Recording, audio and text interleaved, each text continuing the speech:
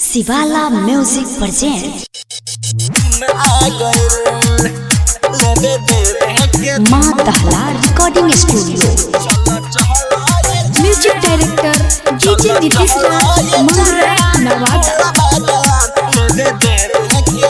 देखो मेघ में बादल छा गइल, देखो मेघ में बादल छा गइल।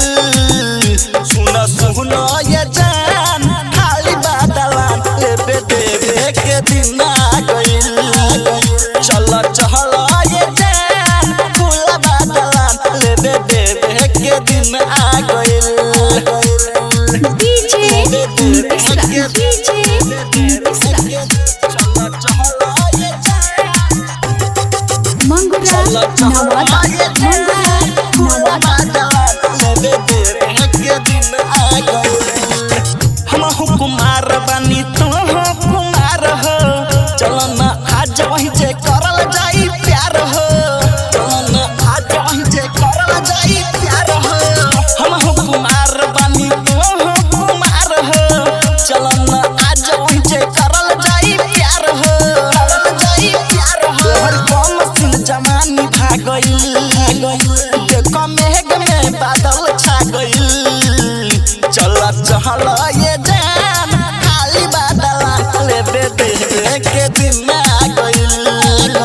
सुना सुना ये जान खाली बादल लेबे देवे के दिन आ गइल। डीजे नीतीश राज, डीजे नीतीश राज चला चला ये जान मंगरा नवादा, मंगरा नवादा।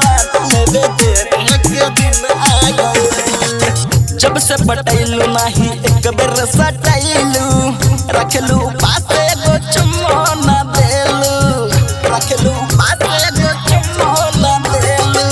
जब से पटैलू नाही एक बेर सटैलू, रखलू पासे गो चुम्मा न देलू, चुम्मा न देलू। देखो मेघ में बादल छा गइल, चंदन पे कुमारी छा गइल।